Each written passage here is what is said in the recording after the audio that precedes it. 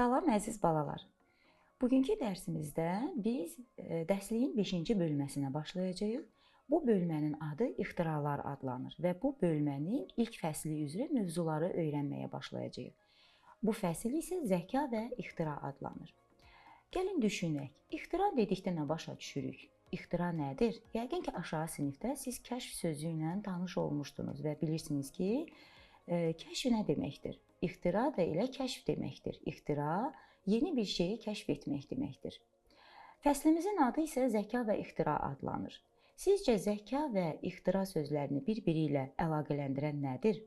İnsanın ixtira nəyisə bir şey ixtira etməsi üçün ona hansı bacarıqlar lazımdır? Bax bu suallara cavab biz həmin bu bölmədə asanlıqla tapa biləcəyik. Gəlin mövzuya başlamazdan əvvəl A tapşırığında verilmiş sualları oxuyaq və cavablandırmağa çalışaq. Təsəvvür edin ki, kimsəsiz bir adaya düşmüsünüz. Orada hansı çətinliklərlə qarşılaşa bilərsiniz? Nəyə ehtiyacınız ola bilər? Bax, axtardığınız bu cavabları biz bugün oxuyacağımız Mr. Smith'in ixtirası mətnində cavab tapa biləcəyik. Mətnin birinci hissəsini oxuyaq. Mətni oxumamışdan qabaq mətnə çəkilmiş illüstrasiyaya diqqətlə baxaq. Necə düşünürsünüz? Mətnin qəhrəmanları burada hansı hadisələrlə qarşılaşacaqlar? Onlar hansı problemlərlə üzləşiblər? Ümumiyyətlə, mətn niyə belə adlanır? Yəqin ki, özünüzdə bu suallara müəyyən bir cavablar tapmısınız. Mətni oxuduqca həmin cavabları bir daha dəqiqləşdirə bilərsiniz. Mətni oxuyun, daha sonra mətndə tanış olmayan sözlərin mənasını öyrənək. Söz boğçasındakı sözlərə diqqət edək. Qasırğa, zəka, mühəndis, işgüzar, diribaş. Gəlin bu sözlərin mənasını öyrənək. Qasırğa nədir? Əgər yadınızdadırsa, ötən bölmədə bu sözün mənası ilə tanış olmuşduq. Qasırğa, ardı kəsilmədən fırlanıb havaya qalxan çox şiddətli iti külək, tufan və ya boran deməkdir. Bəs zəka nədir? Zəka, ağıl, zehin, qavrama, anlama, dərk etmə mənasında işlədilir. Mühəndis kimdir? Mühəndis texnikanın hər hansı sahəsində ali təhsil almış bir mütəxəssisdir. İşgüzar kimə deyirlər? İşgüzar bacarıqlı, iş görməyi bacaran, iş təcrübəsi olan insanlara deyilir. Bəs diribaş kimə deyilir? Diribaş bacarıqlı, cəld, çevik, zirək insanlara deyilir. Bütün bu xüsusiyyətləri isə biz mətndə Mr. Smith'in timsalında oxumuşduq. Əgər yadınızdadırsa, mətndən verilmiş bu hissədə həmin sözlərlə qarşılaşmışdıq. Burada qeyd olunurdu ki, hava balonunda 5 sərnişin var idi. Aralarında Mr. Smith iti ağlı və zəkası ilə digərlərindən seçilirdi. Yaxşı təhsil almış mühəndis həm işgüzar, həm də diribaş idi. Bax, bu xüsusiyyətlər hamısı Mr. Smith'ə aid bir xüsusiyyətlər idi. Növbəti sözlərə də diqqət edək. Sərnişin, gözə dəymək, göz işlədikcə. Bəs bu sözlərin mənası nədir? Göz işlədikcə, yəni gözün görə biləcəyi qədər uçsuz, bucaqsız mənasını verir. Məsələn, həmin sözə gəlin mətndə oxuyaq. Göz işlədikcə hər tərəf okean suları idi. Yəni, okean suları uçsuz, bucaqsız sahəni əhatə etmişdi. Bəs sərnişin kimdir? Sərnişin müxtəlif nəqliyyat vasitələrində hərəkət edən insanlardır. Necə ki, bizim nəqliyyat vasitəmiz hava balonunda 5 sərnişin olduğu göstərilmişdir.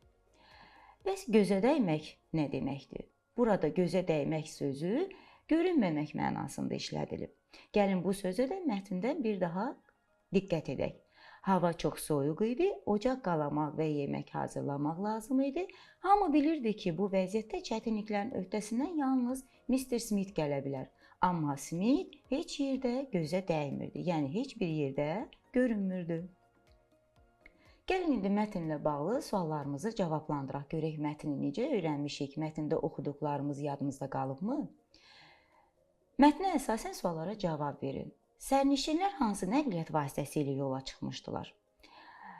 Bu sualların cavabını elə mətndən hissədən tapmaqla verəcəyik. Əgər yadınızdadırsa, sərnişinlər hava balonunda səyahətə çıxmışdılar. Hansı təbii fəlakət qəzaya səbəb oldu. Yenə də mətnin hissəsində qeyd olunmuşdu ki, qəzaya səbəb olan təbii fəlakət qasırğa idi. Onlar ətrafda torpağın olduğunu bəs necə müəyyən etdilər? Xatırlayırsınızsa, burada buna səbəb itin hürməsi idi. İtin hürdüyü istiqamətə baxaraq orada torpağın olduğunu gördülər. Bəs qəzada kim itkin düşmüşdü? Yadınızdadırsa, qəzada itkin düşən elə mühəndis Smith idi. Keçək növbəti tapşırığımıza. Kimsəsiz adada tonqal qalamaq nə üçün vacib idi? Jonathan tonqal vasitəsilə mühəndisə necə işarə vermək istəyirdi? Yadınızdadırsa, biz aşağı sinifdən qədim Oğuz eli mətni ilə tanış olmuşduq və orada qeyd etmişdik ki, qədim Oğuz elində tonqal sayına görə elin cəmaatı müəyyən bir məlumat əldə edirdilər. Yadınızdadırsa, qeyd etmişdik ki, bir tonqal insanları şənliyə səsləyirdi. 2 tonqalı isə yurda düşmən basqın edib xəbəri verirdi. 3 tonqalı mənası isə insanları əkin-biçinə səsləmək idi.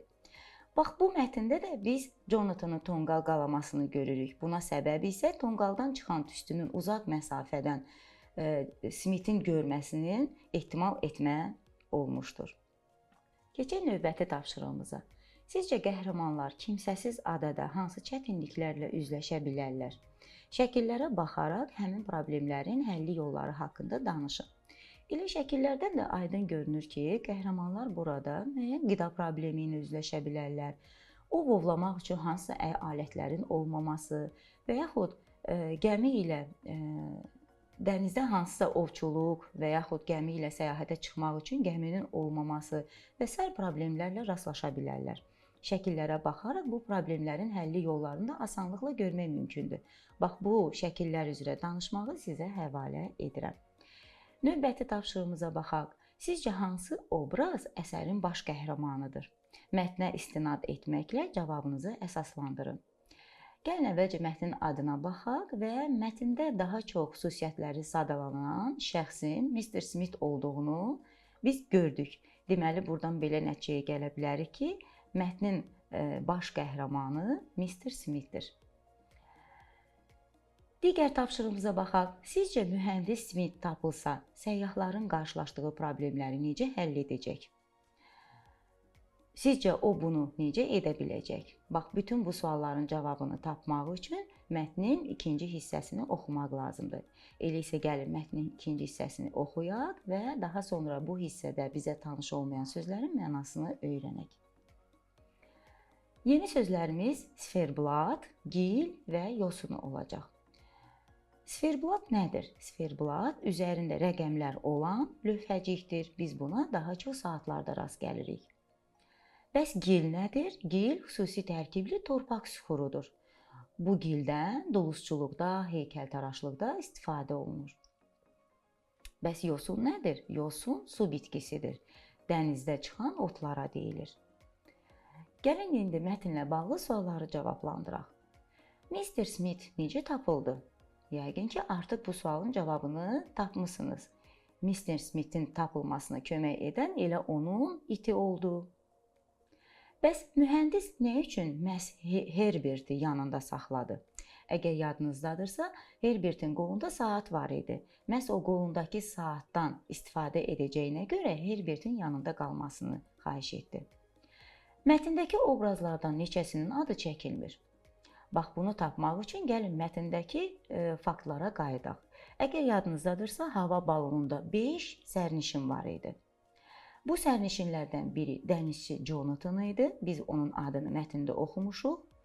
Digər sərnişin isə Herbert idi, hansı ki, Mr. Smith məhz onun yanında qalmasını xahiş etmişdi. Deməli, artıq 5 sərnişindən ikisini bilirik. Biri də Mr. Smith'in özü idi. 3 nəfər bəllidir.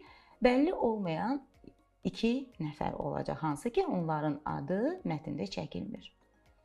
Keçək növbəti tapşırığımıza. Hansı şəkildəki əşya Mr. Smith'in düzəltdiyi əşyanı əvəz edə bilər? Əgər xatırlayırsınızsa, Mr. Smith ocaq qalamaq üçün istifadə etdiyi vasitə məhz saatın şüşəsi idi. Və bu şüşənin də hansı xüsusiyyətindən istifadə etdi? Şüanı şüşə vasitəsilə bir yerə cəmləyərək istilik əldə etdi və o istiliyin nəticəsində alov yarandı.